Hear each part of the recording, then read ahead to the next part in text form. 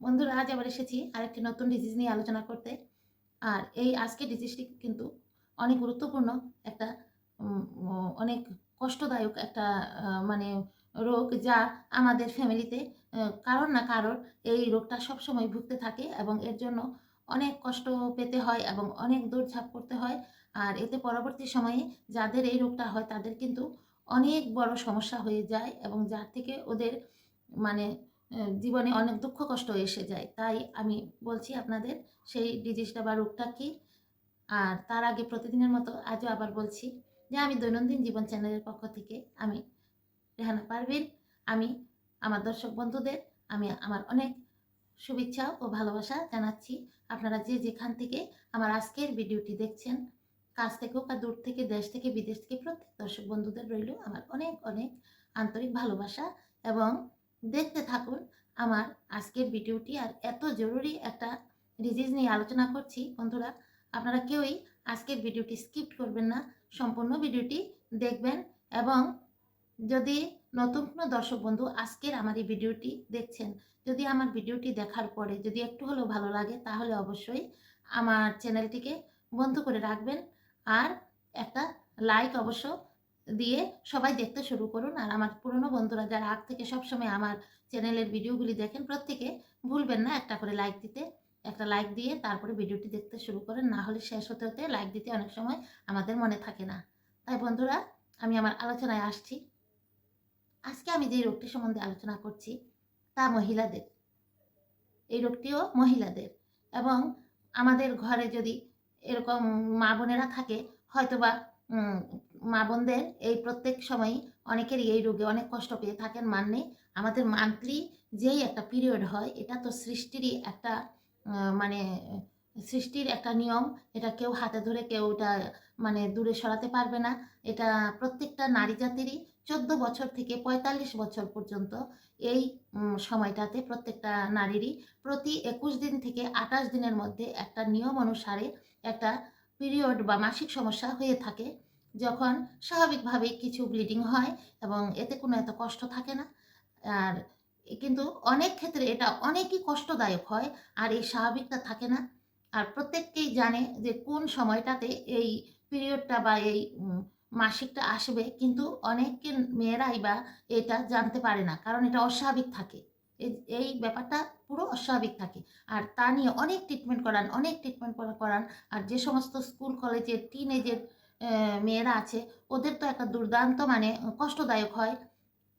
তাই আমি সেই রোগটা হলে মানে কি অবস্থা হয়, কীরকম কষ্ট হয় তা নিয়ে আমি একটু আলোচনা করছি। যে দেখা যায় যে যেই আমি বললাম ২১ দিন থেকে ২৮ দিনের মধ্যে নরমাল যেই পিরিয়ডটা আসে, সেটা দেখা যায় যে কারোর ১.৫ মাস হয়ে যায়, ২ মাস হয়ে যায়, কারোর দেখা যায় ধীরে ধীরে ৩ মাস বন্ধ হয়ে থাকে, কারোর দেখা যায় ১ মাসে ২ বার হয়। তার কোনো নিয়ম থাকে না। শুধু যে টিনেজের মেয়ে তা না, উম আম আরো বড়দেরও এরকম হয়। এই যে ছোট থেকে এই রোগটা ওদের হয়ে থাকে। আর পরবর্তী সময়েও এটা ধীরে ধীরে যতই বয়স বাড়ুক, কিন্তু এটা সেমই থাকে। এবং দেখা যায় যে এই অবস্থার মধ্যে যখন পিরিয়ডের হয়, তখন ১ম দিন মানে অস্বাভাবিক ধরনের পেটের ব্যথা থাকে। রোগী একদম পেটের ব্যথায় একদম কাঁপতে থাকে, উঠতে পারে না, চিৎকার করে কান্না করতে থাকে। আর মাথা ব্যথা থাকে, জ্বর আসে, সারা শরীর ব্যথা, হাত পা ব্যথা, আর বমি ভাব হয়।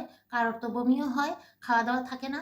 তারপরে ধীরে ধীরে দেখা যায় ২৪ ঘন্টা গেলে ধীরে ধীরে ব্লিডিং হতে শুরু করে, কিন্তু দেখা যায় টুকরা টুকরা ব্লিডিং হতে থাকে। আর এরপরে দেখা যায় যে এটা কারোর ৫ দিন, ৬ দিন, ৭ দিন পর্যন্ত থাকে, কারোর আরও বেশিও থাকে অস্বাভাবিকভাবে। মানে এটা এইভাবে যখন আবার এটা কমে যায়, কারোর দেখা যায় ১০ দিন পরে আবার এরকম অবস্থা হয়, কারোর দেখা যায় আর কোনো খবর নাই। আবার ১.৫ মাস, ২ মাস, ৩ মাস পরে আবার একদিন এসে এটা আবার এরকমই প্রবলেম সৃষ্টি করে। তাই আজ আমি সেই রোগটি সম্বন্ধেই আলোচনা করি। আপনাদের এরকম হয়তোবা আমার যেই ভিডিওটি আজকে দেখছেন, নিশ্চয়ই কোনো মা বোনদের এরকম থাকতেই পারে। আর মহিলারা পট করে এই সমস্ত রোগ হলে ডক্টরের কাছে গিয়ে বলতেও পারেন না অনেক সময়, দেখা যায়। আর ঠিকমতো না বলতে পারলে এটা ট্রিটমেন্টও হয় না। আর এটা সবসময় থাকতে থাকতে কি হয়, মানে পিরিয়ডের যেই একটা মানে অস্বাভাবিক একটা অবস্থা হয়ে যায়, তার থেকে শরীরে একটা হরমোনাল ইমব্যালেন্স হয়ে যায়। তার থেকে দেখা যায় ধীরে ধীরে মানুষের স্বাস্থ্য খুব বাড়তে থাকে পেট বড় হয়ে যায়। আর এই করতে করতে ধীরে ধীরে এটা অনেক কঠিনতম রোগের সৃষ্টি হয়ে যায়, বা কারোর দেখা যায় সিস্ট হয়ে যায়, কারোর দেখা যায় ইউটেরাসের মধ্যে টিউমার হয়ে যায়। এই বর্জ্য পদার্থটা, এটা তো আমাদের দেহের একটা বর্জ্য পদার্থ, এটা তো স্বাভাবিক, এটা অস্বাভাবিক কিচ্ছু না। এটা নারীত্ব, নারী জাতির এটা একটা মানে ঈশ্বর বা আল্লাহ নারী জাতিকে এটা উপহার দিয়েছেন। এটা যদি মেয়েদের ঠিকঠাক মতো না থাকে তাহলে মেয়েরা মা হতে পারবে না। একটা নারী যদি মা হতে না পারে তাহলে তার জীবনের আর কিচ্ছুই কিন্তু ভালো থাকে না। একটা মেয়ের বিয়ে হলো, বিয়ের পরে ১ বছর, ২ বছর, ৩ বছর, ৪ বছর, ৫ বছর চলে গেলেই নানান রকম মানে ফ্যামিলিতে অশান্তি এসে যায়। এর থেকে দেখা যায় সংসার ২ টুকরা হয়ে যায়। তাই এই ডিজিজটা যদি টিনেজের মেয়েদের মধ্যে আসতে থাকে তখন মারা কিন্তু খুব লক্ষ্য করতে হবে, এবং এর ট্রিটমেন্ট খুব ঝটপট করতে হবে। প্রত্যেকের মেয়েদের এই সমস্ত জিনিসটা লক্ষ্য করলে তাহলে পরবর্তী সময়ে অনেক মেয়েরই জীবনে আর দুঃখ কষ্টটা আসে না। বা অনেকে স্বামীর ঘরেই থাকেন কিন্তু সারা জীবন সন্তানের মুখ দেখেন না, বন্ধ্যাত্ব এসে যায়। মানে টিউমার হয়ে যায়, পরে এমন বড় টিউমার হয় তখন কোনো অপারেশন করায়, তখন দেখা যায় ইউটেরাসের মধ্যে কোনো প্রবলেম হয়ে যায়, তখন আর ও মা হতে পারে না। বা কারোর দেখা যায় সিস্ট হয়ে থেকে যায়, থাকতে থাকতে দেখা যায় যে ৪০-৫০ বছর যখন হয় তখন মানে ধীরে ধীরে ব্লিডিং বাড়তে থাকে অনেক বেশি। পরে লাস্টে দিয়ে দেখা যায় যে এটা একটা জটিল রোগ, বড় ধরনের কিছু আকার ক্যান্সার হয়ে গেল, তাহলে আর কি করা যাবে, প্রাণও ধ্বংস হয়। তাই আগে থেকেই এই সমস্ত রোগগুলি আমাদের ট্রিটমেন্ট করতে হবে। তাই এই রোগের জন্য হোমিওপ্যাথিকে খুব সুন্দর ট্রিটমেন্ট আছে, একদম স্বল্প খরচে, আর কোনো মানে সাইড এফেক্ট নাই। আর অনেকেই কিন্তু হোমিওপ্যাথিককে বিশ্বাস করেন না, কিন্তু আপনারা যদি হোমিওপ্যাথিক মেডিসিন ব্যবহার করে থাকেন তাহলে বুঝতে পারবেন যে হোমিওপ্যাথিক মেডিসিনের এখন কী রকম উপকার, যার নাই কোনো সাইড এফেক্ট। অন্যান্য মেডিসিন ব্যবহার করার পর দেখা যায় এক রোগ ট্রিটমেন্ট করতে করতে ধীরে ধীরে ১-২ বছর ৩ বছর পরে আরেক রোগে রূপান্তরিত হয়ে যায়। প্রত্যেকটা মানে কঠিনতর কোনো রোগ ট্রিটমেন্ট করতে গেলেই লাস্টে দিয়ে আসে কি যে কিডনি ড্যামেজ। তাই আমাদের হোমিওপ্যাথিকে এই সমস্ত কোনো প্রবলেম আপনারা পাবেন না। তাই আপনাদের কাছে আমি সবসময় বলি যে আপনারা যে কোনো রোগ হলে এখনকার দিনে হোমিওপ্যাথিক ট্রিটমেন্ট করান। হোমিওপ্যাথিক জার্মানি যে সমস্ত মেডিসিনগুলি আছে এগুলো আমাদের মানে যে কোনো রোগে খুব চটজলদি কাজ করে। শুধু একটু নিয়মকানুন মেনে চলতে হয়। শুধু একটু নিয়মকানুন মেনে চলতে হয়। তাহলেই, যেমন বেশি মশলাপাতি বা কোনো উগ্র মানে প্রসাধন সামগ্রী এগুলি ব্যবহার করা যায় না। তাহলে মেডিসিনের গুণটা নষ্ট হয়ে যায়। আর সবসময় খাওয়ার ১ ঘন্টা বা ০.৫ ঘন্টা আগ পর্যন্ত খেতে পারবেন, বা ১ ঘন্টা ০.৫ ঘন্টা পর থেকে খেতে পারবেন। তাহলেই এই ওষুধে আপনাদের একদম দেখবেন দ্রুত গতিতে আপনাদের কাজ হবে। আচ্ছা, এখন আমি বলছি যে অনেক মেয়েদেরই দেখা যায় এই যে পিরিয়ডের সমস্যা, যাদের পিরিয়ড হয় না, অনেক লেটে হয়, কোন দিন হবে তার নাই কোনো ঠিকানা। ১ম দিন খুব ব্যথা থাকে, বেশি ব্লিডিং হয় না, অল্প অল্প ব্লিডিং হয়ে অনেক দিন পর্যন্ত থাকে। এই সমস্ত মহিলাদের জন্য আমরা ২ ধরনের ওষুধ ব্যবহার করি। এক ধরনের ওষুধ হলো যে সমস্ত মহিলারা খুব রূপবতী বা সুন্দরী হয়, আর খুব ঠান্ডা, আর রাগ কম থাকে, বা যে সমস্ত মহিলারা কোনো কিছু হলে নিজে কান্না করে কিন্তু কাউকে কিছু বলতে পারে না, নিজেই দুঃখ প্রকাশ করে কান্না করে, কিছু ঝগড়া এই সমস্ত করতে পারে না। এই সমস্ত মহিলাদের ক্ষেত্রে আমরা যদি দেখি যে এরকম পিরিয়ডের সমস্যা, তখন আমরা পালসেটিলা, আমরা এই মেডিসিনটি ব্যবহার করি। আপনারা এই লক্ষণটা মিলিয়ে নেবেন। পালসেটিলা 200, পালসেটিলা 200 আপনারা 30 ml কিনবেন। আর কেনার পর আপনারা এটা প্রত্যেকদিন সকালে ২ ফোঁটা আর বিকালে ২ ফোঁটা আধা কাপ জলে দিয়ে আপনারা এই মেডিসিনটা ব্যবহার করতে থাকবেন। আপনারা ৩ মাস দেখবেন এই প্রবলেমটা একদম সলভ হয়ে যাবে, এবং প্রত্যেক ২১ দিন থেকে ২৮ দিনের ভেতরে আপনাদের পিরিয়ডটা এসে পড়বে। আর যেই আপনাদের পেটে ব্যথা বা শরীরে ব্যথা, যন্ত্রণা, কোমর ব্যথা, এগুলি সমস্ত কিছু চলে যাবে। আর যে সমস্ত মহিলারা একটু রাগী ধরনের হয় আর এত সুন্দরী না হয় না, এই সমস্ত মহিলাদের জন্য আমরা মানে ব্যবহার করি সিপিয়া 200, সিপিয়া 200 এই মেডিসিনটা আমরা ব্যবহার করি। এটাও ২ ফোঁটা করে দিনে ২ বার করে, এটা আমরা 200 পাওয়ারের ওষুধটা এটা 30 ml কিনে নেবেন, এবং এটা আপনারা ৩ মাস পর্যন্ত ব্যবহার করবেন। দেখবেন এই সমস্ত প্রবলেমগুলি একদম সলভ হয়ে যাবে। রেগুলার মান্থলি পিরিয়ড হয়ে যাবে। মানে এটা টিনেজের হোক আর বয়স্ক হোক, যার হোক। আর আরেকটা হলো যে যে সমস্ত মেয়েরা মানে রাগী হোক, বা যে সমস্ত মেয়েরা উম বেশি কথা না বলক, ঠান্ডা স্বভাবের হোক, প্রত্যেকের ক্ষেত্রেই সঙ্গে আরেকটা মেডিসিন ব্যবহার করবেন। সেটা হলো বায়ো কম্বিনেশন একটা ট্যাবলেট BC-15।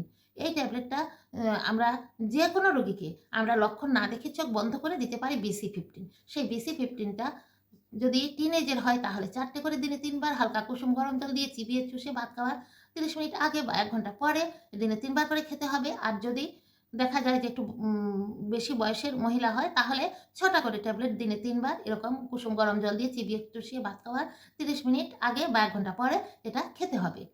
তাহলে দেখবেন যে আপনাদের এই প্রবলেমটা একদম সলভ হয়ে যায়। আর আরেকটা কথা হলো যে যখন মনোপেজের সময় এসে যায়, 45 বছর যখন হয়ে যায় বা আজকালকার দিনে যাদের থাইরয়েড আছে তাদের ক্ষেত্রে কিন্তু আমরা 38-39 বছর থেকেই দেখতে পারি যে পিরিয়ডটা ওদের বন্ধ হয়ে যায়। এই সময় থেকে মহিলাদের দেখা যায় একবার পিরিয়ড হলো অন্ততপক্ষে 10 দিন, 12 দিন, 15 দিন পর্যন্ত এই ব্লিডিং হতে থাকে অল্প, অল্প কারোর অনেক বেশি পরিমাণে।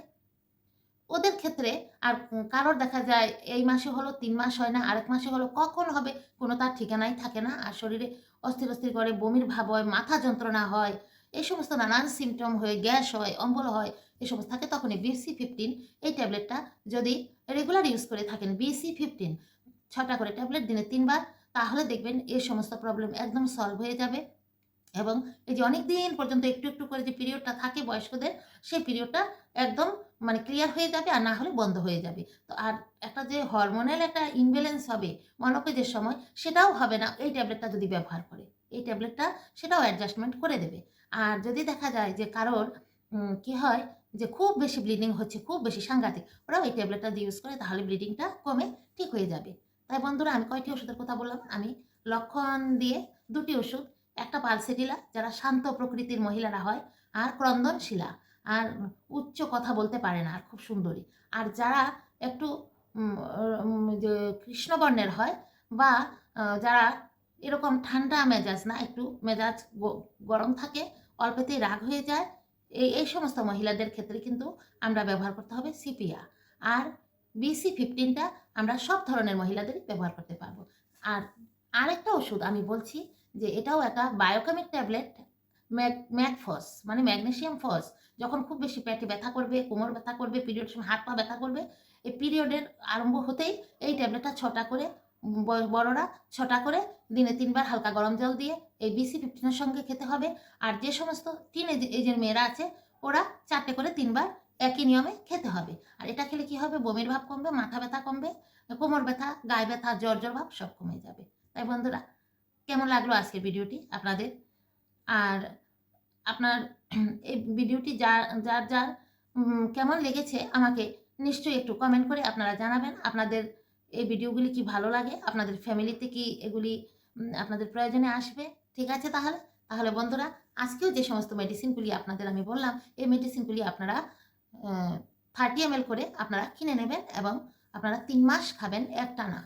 3 মাস খাওয়ার পর দেখবেন আপনাদের এই ডিজিজটা কমে যাবে। তখন আপনারা কিছুদিন বন্ধ দিয়ে আবার একটু মধ্যে, মধ্যে খাবেন তাহলে এই রোগটা আর আসবে না। তাহলে আজ আর বড় করছি না আমি ভিডিওটা বন্ধুরা। আপনারা যে যেখান থেকেই দেখছেন, আপনাদের দূর থেকে দেখেন আর কাছ থেকে, দেশ থেকে, বিদেশ থেকে আমার সমস্ত বন্ধুদের আমার প্রাণভরা ভালোবাসা। আর সবাইকে বলছি যে যাওয়ার আগে সবাই একটু দেখুন, একটা করে লাইক দিয়ে দিন। আর নতুন বন্ধুরা যদি একটু হলেও ভালো লাগে তাহলে আমার চ্যানেলটিকে সাবস্ক্রাইব করে বেল আইকনটি প্রেস করে অল নোটিফিকেশনটা দিয়ে রাখুন। যখনই আমি নতুন কোনো ভিডিও আমি আপলোড করব সঙ্গে, সঙ্গে এরকম গুরুত্বপূর্ণ ভিডিওগুলি আপনাদের কাছে চলে যাবে। সবাই ভালো থাকুন, সুস্থ থাকুন। আবারও আসবো আবার একটি নতুন ভিডিও নিয়ে। তাহলে আজ আমি এখানেই বিদায় নিচ্ছি এখনকার মতো। আসসালামু আলাইকুম।